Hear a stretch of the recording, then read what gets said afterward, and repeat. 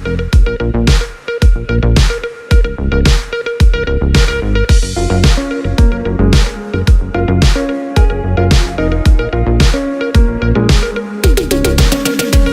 वालेकुम नाज़रीन, मैं राजा आतिफ जुल्फ़िकार, मेरे साथ एजाज़ सईद आपकी खिदमत में हाजिर हैं प्रोग्राम पाकिस्तान अफेयर्स के साथ।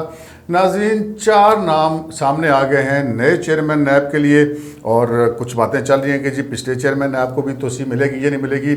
इस हवाले से बात करते हैं एजाज़ सईद से। एजाज़ सईद बताइए, 4 नाम सामने आ गए हैं, ये कौन से इंपॉर्टेंट 4 नाम हैं, इनका बैकग्राउंड क्या और ये कैसे उम्मीदवार हैं इस सारी सिनेरियो के अंदर? राय साहब बहुत शुक्रिया आपका।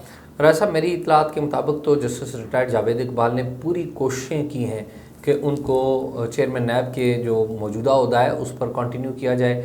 इसके लिए उन्होंने सबसे पहले कई माह पहले जो नैब के प्रोसिक्यूटर जनरल थे उनको एक एक्सटेंशन दी, अनप्रेसिडेंटेड एक्सटेंशन थी, और एक आदमी की एक्सटेंशन के लिए सदारती आर्डिनेंस जारी करवाया जिसकी टैसिट अप्रूवल थी, टैसिट सपोर्ट थी चेयरमैन नैब की, क्योंकि चेयरमैन नैब को पता था कि जब वो रिटायर होंगे तो यही एग्जाम्पल वो इस्तेमाल करेंगे।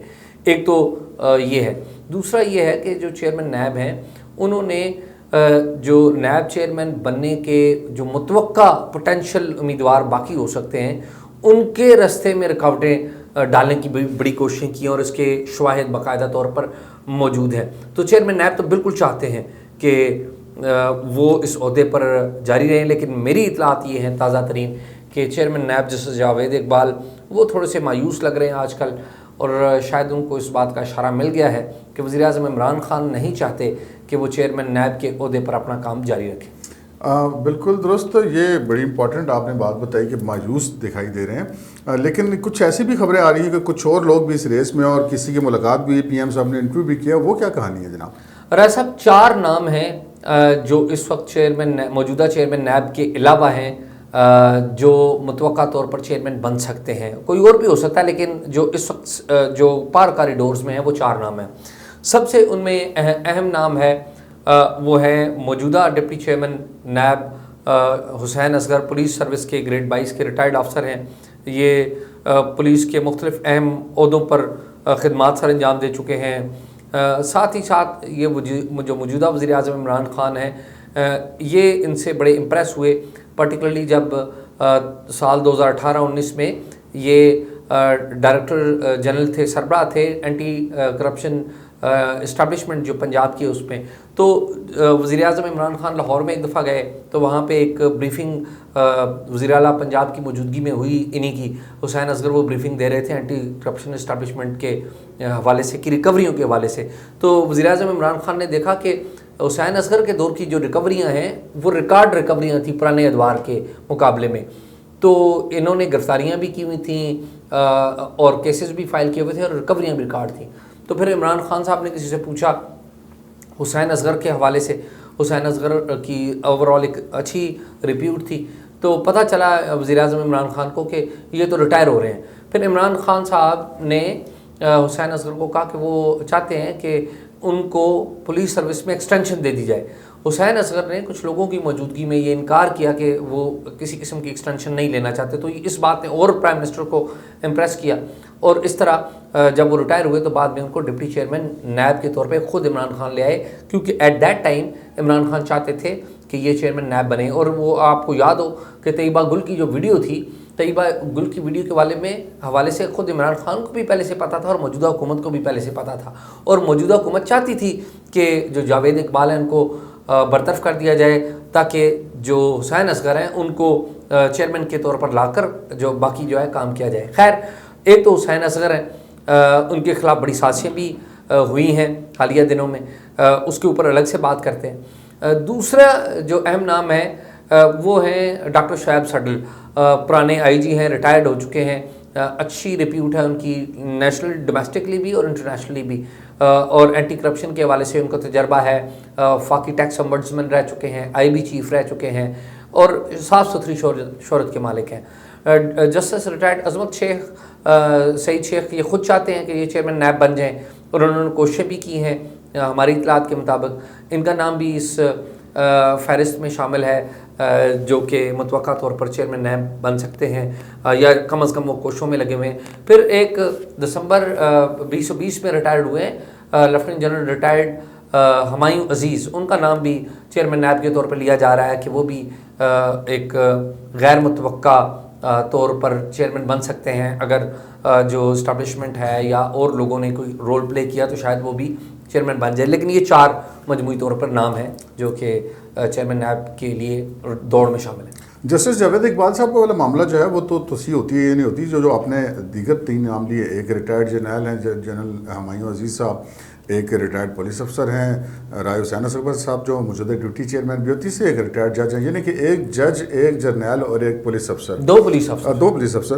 तो इनमें से आपके पास कोई ऐसी भी इतला है कि कुछ लोगों की PM साहब ने इंटरव्यू किया हो, ऐसी कोई बात हुई और वो वहाँ पे क्या मामला हुए जब मुलाकात हुई? तो राय साहब सितंबर के मिड में हुसैन असगर जो कि डिप्टी चेयरमैन नैब हैं, उनसे वज़ीर-ए-आज़म इमरान खान की मुलाकात हुई।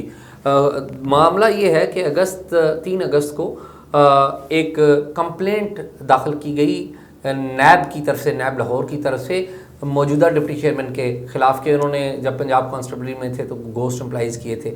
एक ऑडिट ऑब्जेक्शन था जिसको कंप्लेंट बना लिया था। आमतौर पे ऑडिट ऑब्जेक्शन इस तरह नहीं एंटरटेन किए जाते। तो कुछ लोग हुसैन असगर को चाहते थे कि ये इस्तीफ़ा दे दें क्योंकि वो हल्के चाहते थे कि मौजूदा जो चेयरमैन नैब हैं ये कंटिन्यू करें। तो हुसैन असगर साहब ने जिन लोगों के बारे में ये कहा जा रहा था कि वो इस्तीफ़ा चाहते हैं, उन लोगों की तरफ से सुना है कि कुछ पैगाम रसानी भी हुई। तो हुसैन असगर को कहा गया कि वज़ीर-ए-आज़म से मुलाकात करें क्योंकि वज़ीर-ए-आज़म को कहा गया था कि इनसे इस्तीफ़ा ले लें। वज़ीर-ए-आज़म से इनकी मुलाकात हुई तो वज़ीर-ए-आज़म ने इनसे इस्तीफ़ा नहीं लिया। उल्टा हुआ ये कि हुसैन असगर, हमारी इतलात के मुताबिक हुसैन असगर की और प्राइम मिनिस्टर की चेयरमैन नैब के उहदे के ऊपर बात हुई और पता ये चला कि बेसिकली हुसैन असगर को चेयरमैन नैब की रेस से आउट करने के लिए एक साजिश की गई थी। एक मुतनाज़ा और गैर कानूनी कंट्रोवर्शल एक शिकायत उनके ख़िलाफ़ घड़ी गई ताकि इनकी रिप्यूट को ख़राब किया जाए और इनको इस रेस से निकाला जाए।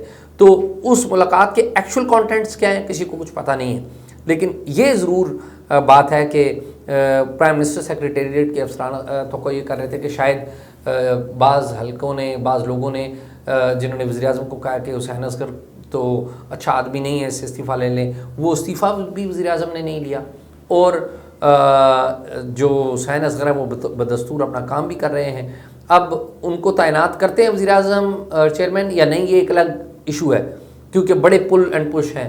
लेकिन ये बात ज़रूर इस्टेब्लिश हुई कि हुसैन असगर को डिप्टी चेयरमैन के ओहदे से हटाने के लिए और साथ ही साथ चेयरमैन नैब बनने से रोकने के लिए, दोनों चीज़ें, इसके लिए बाकायदा साजिशें की गई और शायद वो साजिशें अभी भी जारी हैं। यानी कि बड़ी दिलचस्प बात है कि बुनियादी तौर पर यह सारा मामला इसलिए किया गया कि राय हुसैन असगर को प्राइम मिनिस्टर की नज़रों से गिरा दिया जाए, लेकिन जब वो उनसे मिले तो वो डिप्टी चेयरमैन की सीट तो क्या, वो अगले चेयरमैन के उम्मीदवार बन के बाहर निकले। हम ये कह सकते हैं इस हवाले से? बिल्कुल कह सकते हैं, लेकिन अभी ये क्लियर नहीं है कि वो चेयरमैन बनेंगे या नहीं बनेंगे। बहरहाल 4 नाम आपने जो बताए हैं वो बड़े इंपॉर्टेंट हैं। सभी लोगों की नज़रें इस पर हैं क्योंकि हुकूमत के लिए ये इतना आसान नहीं होगा, क्योंकि जिस तरह हुकूमत चाह रही है कि जी वो बिल्कुल भी अपोजिशन लीडर से मुशावरत ना करें और ये कहा जाता है कि एक जवाज़ रखा जाता है सामने के उनके ख़िलाफ़ केसेस हैं। तो एजाज़ सईद जी बताएं कि केसेस तो नैब में इंक्वायरियाँ तो पुरानी शायद को पेंडिंग प्राइम मिनिस्टर साहब की भी पड़ी हुई हैं। जी बिल्कुल, इंक्वायरियाँ तो बहुत सारे लोगों की पड़ी हुई हैं। सवाल ये नहीं है, सवाल ये है कि क्या जो नया चेयरमैन है वो प्राइम मिनिस्टर लगाएंगे या इसी चेयरमैन के साथ रहेंगे, क्योंकि जो नैब का इदारा है वो घूमता ही चेयरमैन के इर्द गिर्द है। अगर चेयरमैन इस इदारे का ना हो, डिप्टी चेयरमैन भी इस इदारे का कायम काम सरबराह हो, तो वो भी किसी भी शख्स को गिरफ्तार करने के लिए वारंट पर दस्तखत जो है वो मुकम्मल जो पावर्स का हामिल है, कॉन्स्टिट्यूशन पोजीशन है, चेयरमैन के दस्तखत चाहिए। डिप्टी चेयरमैन या एक्टिंग चेयरमैन के दस्तखत नहीं चलते। फिर अगर आपने कोई एहतसाब रेफरेंस एहतसाब केस अदालत में जमा कराना है तब भी जो दस्तखत हैं वो चेयरमैन के चलते हैं। तो अब देखना ये है कि चेयरमैन तैनात होगा या नहीं होगा।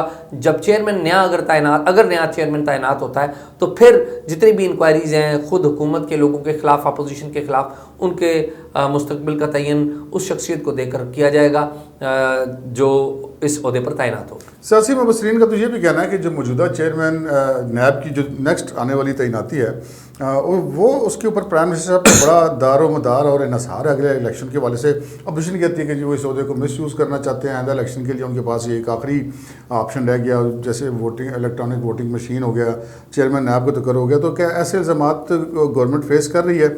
लेकिन बहरहाल आपने जो चीज़ें बताई हैं इससे कम से कम एक चीज़ तो बिल्कुल अभी तक हम कह सकते हैं कि मुशावरत के अमल में अपोजिशन का बिल्कुल इस वक्त तक कोई अमल दखल नहीं है, ना ही प्राइम मिनिस्टर इस साइड पे जा रहे हैं। लेकिन ये जो नैब की तकर्री, जिन भी साहब की तकर्री होती है, एक्सटेंशन मिलती है या कोई नया चेयरमैन नैब आता है, वो पाकिस्तान के आइंदा जो आने वाली सियासी मैदान है उसके ऊपर भी इसके बहुत सारे असरात मरतब होंगे। आज के प्रोग्राम में इतना ही।